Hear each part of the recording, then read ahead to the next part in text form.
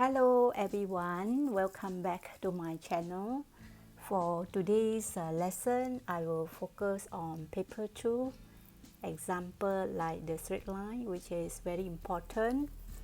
Okay, I will discuss the circle, the hot question for circle, the speed time graph, and also I will focus on how to answer perfectly for probability for the case and or.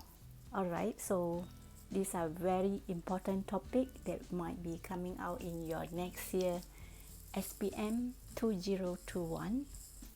Either you are in KBSM or KSSM, these topics are still in the syllabus, so I really hope that you will follow my class. Alright, and then try to learn something.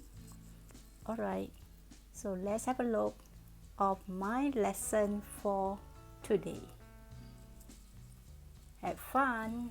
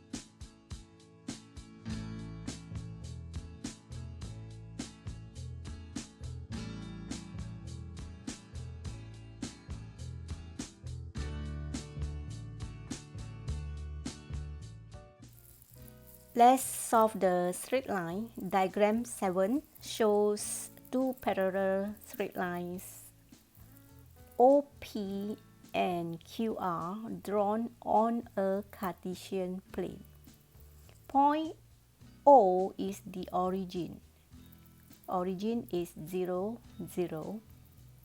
Okay, straight line ST is parallel to the x-axis. Find the equation of the straight line QR. Alright, so we have to find the equation of straight line QR. First of all, the gradient of the QR should be equal to gradient of the line OP. This is because the question says two parallel lines OP and QR, so they are parallel, so we can find the gradient for OP because we have 2 points. One is origin, one is P, 3, 2. So we take y2 minus y1, which is 2 minus 0 over 3 minus 0, which is equivalent to 2 over 3. So the gradient of the line QR is equal to the gradient of line OP because they are parallel. So we are going to substitute the gradient and the point lies on line QR into the formula y equal to mx plus c. Okay, the y is actually 4 and the x is negative 3, and the gradient is just now we obtain 2 over 3. Alright, so now we are going to substitute the gradient. Okay, so let's continue. The gradient is 2 over 3. We'll substitute into the y equal to mx plus c. Okay, the y we will substitute with the 4, and the x we will substitute with the negative 3, and we will find the c. Alright, So let's copy down the equation y equal to mx plus c, and also copy down the point -3, 4. Alright, now we will substitute the point into the y equal to mx plus c, and we will solve the value of c. So the y we will substitute with 4, right? Okay, y we substitute with the 4, then equal to the gradient is the same with the equation OP. So we can use a gradient for OP as the gradient for the line QR because both lines are parallel. So then we will use 2/3 as the gradient of the straight line. Alright. Okay, so now you substitute 2/3 into the m, and the x you use the point coordinates -3, right, plus the c. Then we substitute first the -3. Can you see the -3 now in blue color? It means that I substitute the -3 into the equation y equal to mx plus c. Okay, so now the plus you copy, and the c is the constant that we are going to solve later. And actually the c here, it means a y-intercept for the straight line QR. The y-intercept means the line is cutting the y-axis at the value of the c, which is constant. So please solve it carefully. Is 2/3 times -3 first, so you get -2. So then you find the c. So c is 4 plus 2, which is equivalent to 6. Now we have to rewrite again the equation. Alright, so we cannot leave it as equation as c equal to 6. The equation of the straight line QR is y equal to 2/3x plus 6. Alright, so make sure you always remember to rewrite the equation in terms of y equal to mx plus c. For B, we are going to find the equation of the straight line. Okay, we just got the equation for the QR. So now we are going to find the x-intercept for the equation of QR. Right? So whenever you want to find the x-intercept of the equation, you must always remember let y equal to 0. Okay, x-intercept y must be 0. Alright, so we will substitute y0 equal to 2/3x plus 6, and then the 6 you need to bring to one side, so it becomes negative. So 2/3x equal to -6. So hence x equal to -9 is actually the x-intercept for the equation. Alright, so you have to state in words. The words x-intercept must be written. X-intercept equal to -9 is the best answer. Okay, there is a difference between x equal to -9 and x-intercept equal to -9. Do you know that? If x equal to -9, it means a straight line cutting at the x-intercept. But if you write x-intercept equal to -9, it means the intercept is at -9, 0. Alright, I hope you understand. Alright, next we will proceed to the last portion of the question, which is the equation of the straight line st. Okay, for this one, can you see the red color line? Equation of st is a horizontal line that is parallel to x-axis.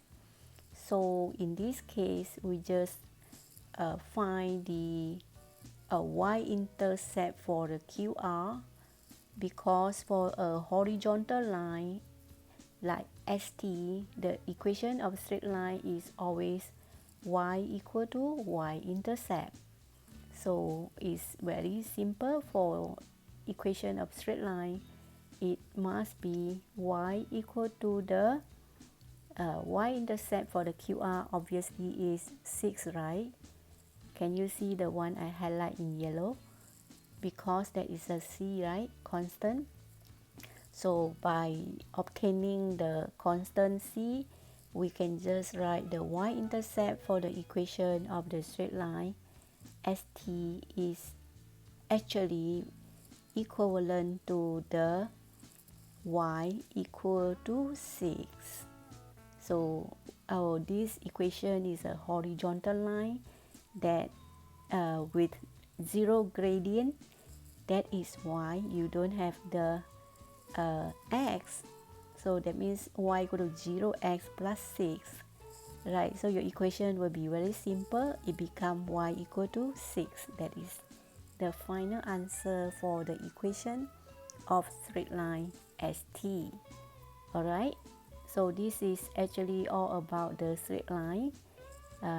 Basically, they will ask you about the parallel line and the intercepts. Now let's have a look at this question. Diagram 9 shows the speed time graph of a bus and a car. So A, the car moves with the uniform speed 60 km per hour for a certain period. State the value of V. B, calculate the rate of change of speed in km per hour of the bus in the 2.4 hours. And C, given that the total distance traveled of the car in 3 hours is 138 km, calculate the value of t. So now we are going to solve this question. We focus to A first. The car moves with a uniform speed 60 km per hour for a certain period. State the value of V. Alright, so let's solve the A. Okay, let's have a look at the diagram. So let's have a look at the straight line graph. OP represents the movements of the bus, and the graph QRS represents the movement of the car. So both vehicles start at the same time and move along the same road. Let's see how to do the next question. So before you solve the question, you have to really understand the graph. The line OP is a movement of the bus, and the graph QRS represents the movement of the car.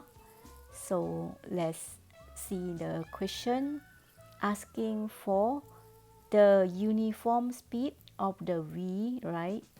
You have to find the uniform speed of the V.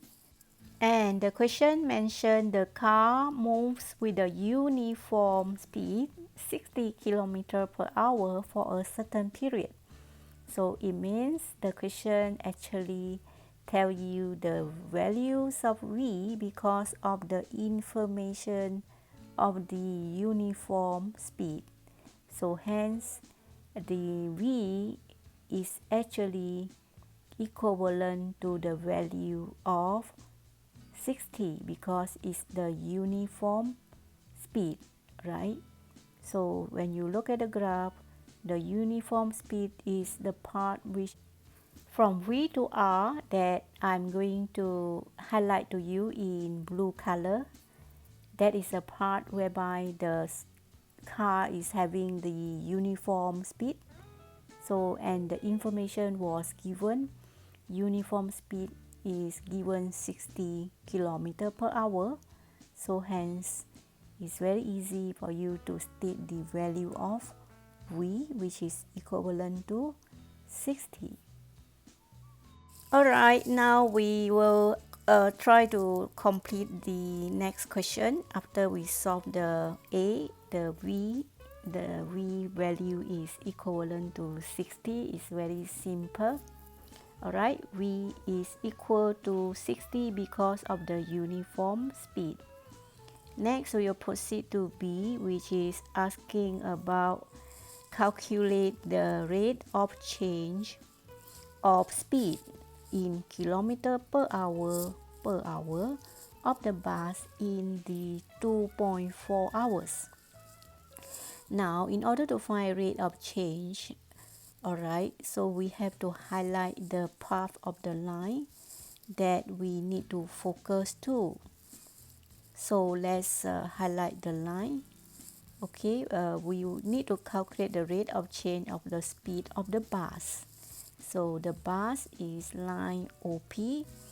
So we will highlight the line OP. Okay, and then we will focus to the 2 points on the line OP, because the line OP representing the route of the bus. So let me highlight in red color. Okay, that is the line traveled by the bus. It shows the road traveled by the bus. So we are going to find the rate of change of speed of the bus in the 2.4 hours. So let's work out the working by state the point on the line. So the concept is the rate of change of the speed is actually the represent gradient. Rate of change of speed represent gradient is a concept that you must remember before you can find the rate of change. Now, basically, when you look at the line, we have the point O and point P, 2.4, 100, and for O is origin, so it's very simple. So now let's focus to the line and let's find the gradient for these 2 points. Still remember, we will use the gradient formula y2 minus y1. y2 is 100 minus y1, which is 0, over x2, which is 2.4, minus 0, because the 0 is the x1. Okay, so you take y2, which is 100, okay, minus 0 over 2.4 minus 0. So the gradient of the line is 100 minus 0 over 2.4 minus 0, which is equivalent to 41.67 or 125 over 3 or 41 2/3. Okay, this gradient is so-called rate of change of speed. Alright, so in short, whenever you want to find rate of change of speed, you just find the gradient by using 2 points on the line. Okay, it's easy, right? Now let's proceed to C, whereby we are given that the total distance traveled by the car in T hours is 138 kilometers, and we're asking to calculate the value of T. So now let's see how to do. Alright, now the main concern is car. So the road for the car is actually following the line QR. So we will find the distance, means the area under the line QR, and also from R back to the S. So we also will find the distance under the RS. Alright, so the distance actually is representing by the area under the line. So the area under the red line is looks like is having the shape of trapezium. if I do one shot, I will use a trapezium. You can also separate into rectangle and triangle, but I prefer to use a trapezium. So I will use just one formula, half a plus b times the height, right, equal to area of trapezium. Let's see how to solve the area of trapezium. So for area of trapezium, the formula is half bracket a plus b times the height. So the a is the part that I highlight in blue color right now.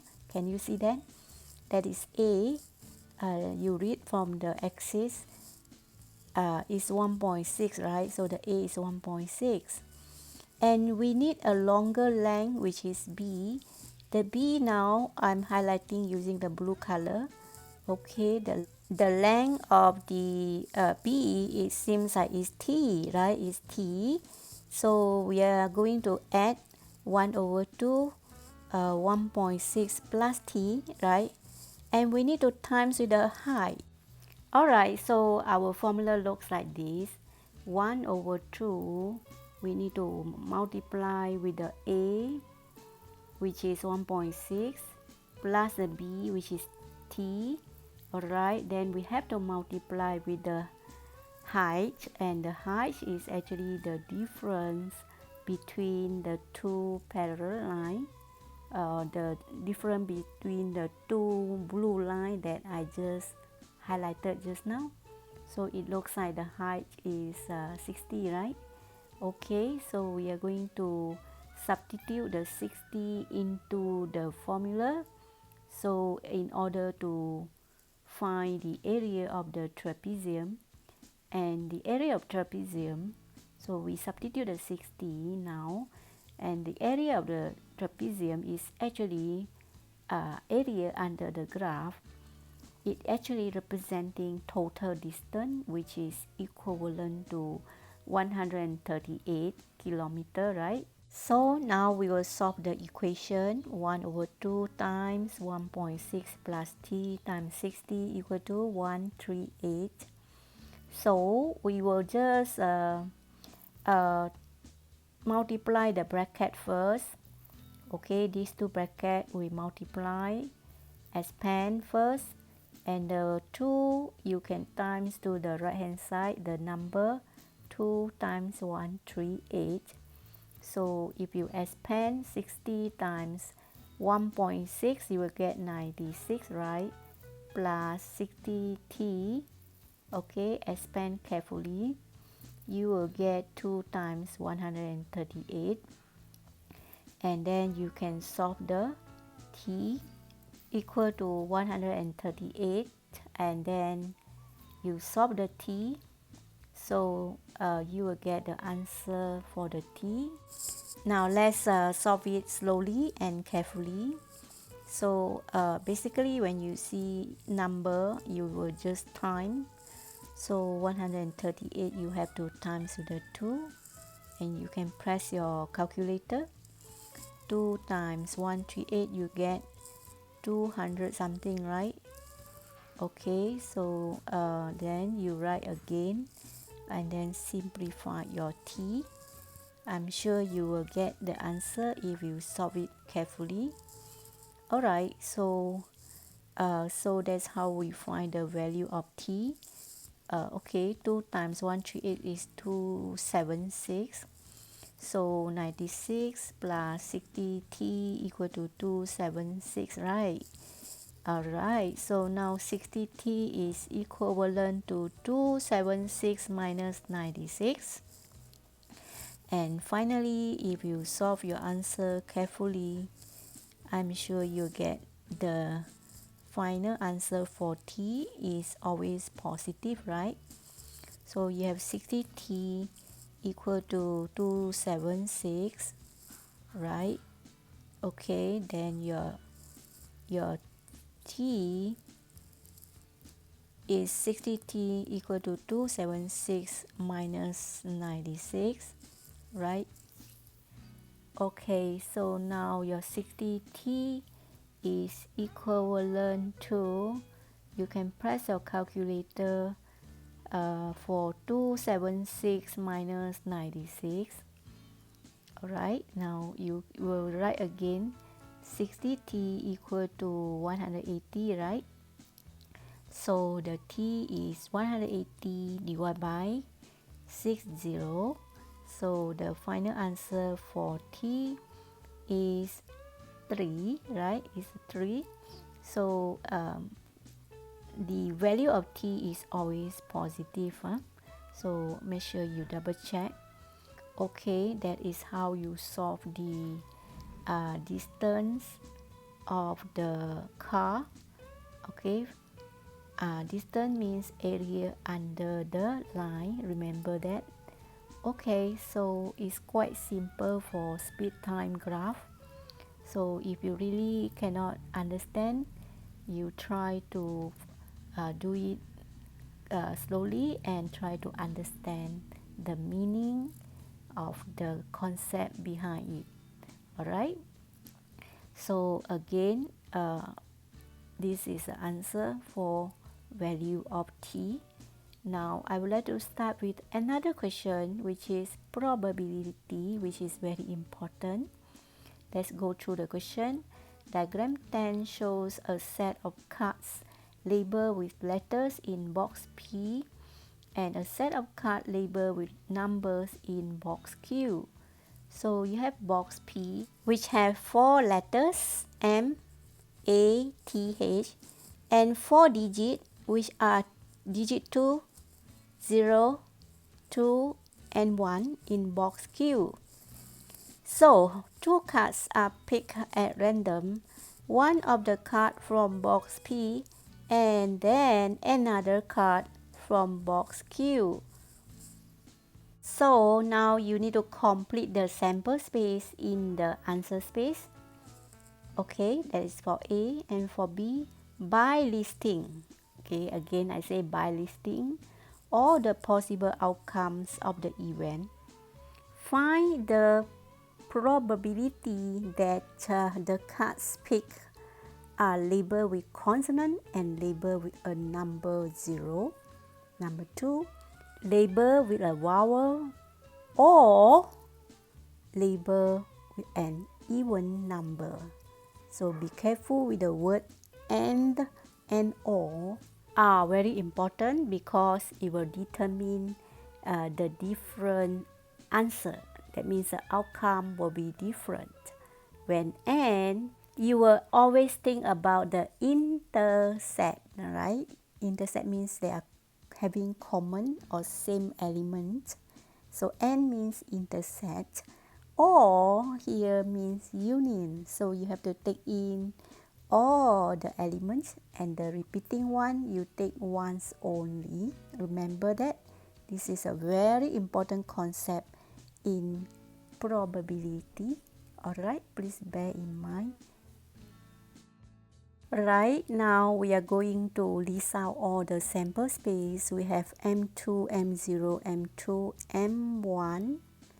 Alright, and we also have A2, A0, A2, A1, and we have T2, T0, T2, T1, and finally we have H2, H0, H2, and H1. Right, so we have how many number of sample space? We have 4 times 4, which is 16. So the total number of sample space is 16. Okay, please make sure you list out all the sample space in a set. Okay, with the braces. Alright, let's see how to answer for the next question. So based on the sample space, we will solve the question. Okay, after listing all the possible outcomes of the event, find the probability that the cards picked are labeled, okay, with consonants and labeled with a number 0. A consonant and, please highlight the keywords A and D. Okay. labeled with number 0. So we have two events. One is consonants and the other one is labeled with number 0. So let's go to the sample space and list out again. Okay, make sure you list out again. So we want the consonants and 0. So let's study our sample space. We have how many of them are consonant and 0. So I highlight using yellow color. Can you see that? There are 3. One is M0, one is T0 and H0. And please list down in a set. Alright, by listing is very important. Alright, don't just do the calculation. You need to list down properly for the event whereby consonant and 0, so there are 3. Hence the probability of the consonant and 0 is 3 out of 16 because number of event is 3 and number of sample space is 16. So the answer is 3 over 16. Okay, please remember to list down the event, follow the question. Alright, now we are going to solve the last part of the question. Is they ask you by listing again all the possible outcomes of the event. Find the probability that the cards picked are labeled with a vowel or labeled with an even number. Please highlight the keywords "or" is very important. "Or" means union, as I mentioned to you just now. So the word "or" is very, very important. Again, we need to list all the possible outcomes for this combined event, which are vowel or even number. Alright, so let's go back to the sample space and have a look right now. Alright, by looking at the sample space, we need to search for the vowel or even number, right? So let's study our sample space first. So we have how many of them are vowel or even number. So let's highlight. Alright, so I have A2, A0, A2, A1 are vowel or even number. They are vowel. First of all, they are vowel. Alright, I don't bother they are not even number, they are odd number. So long as I have the vowel, because of the or case, remember? Alright, so that is one of the possibility with the or with the vowel. Alright, so maybe you will have or with the even number. Right, so it's either this or that. So long as you have the vowel, you have to take into consideration. And so long as you have even number, you have to take into consideration, and you don't have to worry about the other elements. Alright, so I'm going to highlight the one with the even number so that you are aware, either vowel or even number. So let's see how I highlight. So just now the one I highlight is for the vowel, right? Now because of the question mentioned or label with an even number, so we need to go to the sample space and then we need to highlight. So you need to highlight, if not you will miss out some of the elements. So I'm going to highlight the outcome which I can see there is an even number there. So I will have to take into consideration, right, for the one with the even number. Alright, so let's highlight together. So we have M2, we have 2M2, and then we have to study the sample space carefully before we highlight. So let's see, we have the one end with 2, right? Or end with 2 is considered even number. So 0 is also even number, right? Don't forget about that. Alright, 0, the one end with 2, end with 0, we have to highlight. So let's see, I think we have quite many of the outcome. So for this column, all are consider the outcome that we want because they are having the even number. Alright, so 0 also, we have to consider all these even though some of them are actually consonant, but because of the or, remember, or is actually either one. Okay, don't confuse. I know many students are a bit confused. So so long as you can see 2, you have to highlight, or 0, you have to highlight. Okay, so finally, after you highlight, you have to copy down all the answer that you highlight. That is so-called by listing. So this is very important. Bear in mind, you need to list out carefully every outcome and make sure you write in a set form with the braces before you calculate your answer, which is the probability. You just count how many of them over the total sample space. Alright, so you need to be very careful when it comes to probability. Do it carefully. I'm sure everyone can do. It's just a matter of you want to be careful or not, right? So now you just count and then you just write the answer as the probability value. So let's see, the answer should be how many? 13 over 16, right? So you have 1, 3 over 1, 6. So you have 3 plus 4 plus another 3 and 3, right? So altogether is 13. So the answer for C is 13 over 16. Alright, so that's about the probability. So we are still having one more question, which is about the circular measure. It's a HOTS question. Now let's study the question. Diagram 11 shows one large clock and 3 small clocks. Assume all the clocks are circular with flat surface.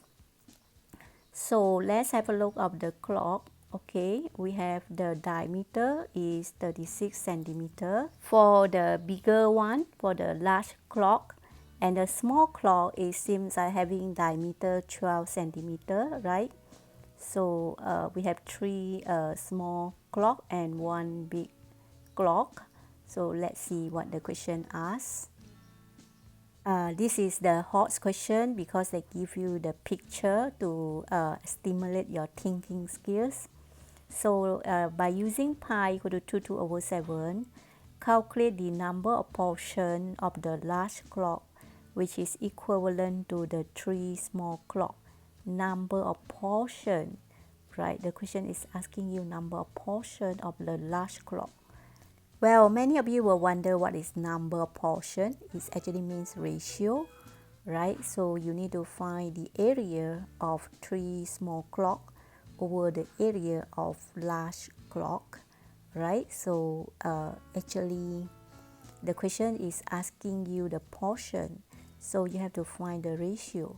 So let's find the area of the 3 small clocks over the area of 1 large clock. Okay, so the area formula for the circle, still remember, is pi r square, right? So because we are having circle, so is 3 times 2 over 7 times the radius is diameter divided by 2 square for the small clock, and for the bigger one the diameter is 36, right? So it's just 1, so it's 2 over 7 times 36 over 2 square, right? So please cancel out the pi to 2 over 7 and you simplify carefully. I'm sure you get a nice ratio, and the ratio is actually 1 out of 3. That means 1 over 3, right? So that is the answer for the portion of the large circle to the 3 small circle or clock. The circle here is actually referring to the clock. Alright, so this is so-called HOTS question for circular measure, or we call it circle in maths. Okay, finally we have one more question, which is B. Diagram shows a view of mini bicycle. The distance between the point R and S is 30 centimeter. That means that will be the diameter of the small circle. Calculate the minimum number of the spin that is required to cover a distance of 100 centimeter in a circular motion. Alright, so for this question, we need to calculate the circumference of the circle, right? So normally the first part is about the area of the sector or area of circle. So the next part is about the perimeter or circumference. So let n is number of spin. So the formula that we must use is 2 pi r times number of the spin, because we are asking the number of spin, times n equal to 900. Alright, so now we need to substitute the right radius before we can solve the n, which is number of spins. So 2 times 2 over 7 times over 2, what is the radius, times n equal to 900. Let's study how to get the radius right now. Alright, just now from R to S, the distance is 30 centimeter, right? So then that will be the diameter for RS. So then the radius will be half of the 30, which is 15 centimeter. So by substitute radius equal to 15 into the formula. Alright, by cancel out the 2 up and down, so you have 660 n over 7 equal to 900. So hence, simplify the n. Your answer for n is, okay, let's press a calculator and get the answer for n. And please keep in mind that n is number of spin, so it must be integer.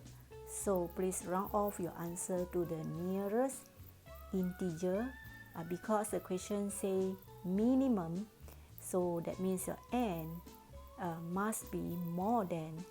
Alright, so in fact you have to write the equation more than equal 900. Alright, so then your n will be more than equal 9 and then 6 over 11. So hence n more than equal 9 point something. So of course you will choose the nearest integer, which is 10, right? So n is a positive integer, which is 10. The reason is because the question mentioned about minimum value of n, right? So in fact, if possible, you try to solve in inequality so that you will get the answer logically. You should have 2 pi r more than equal 900 and not equal. But to make it simplified, to make it easy, you can always make it equal first and then you solve your n. It's okay, but my suggestion is you try to use an inequality for the minimum. Alright, minimum is more than equal. Alright, so that is the answer for the circle which actually a bit challenging because it's involving high order thinking. But I think if you practice a lot, you will master the horse, right? Okay. Till then, I shall see you in my next video teaching. Bye bye. Have a nice day.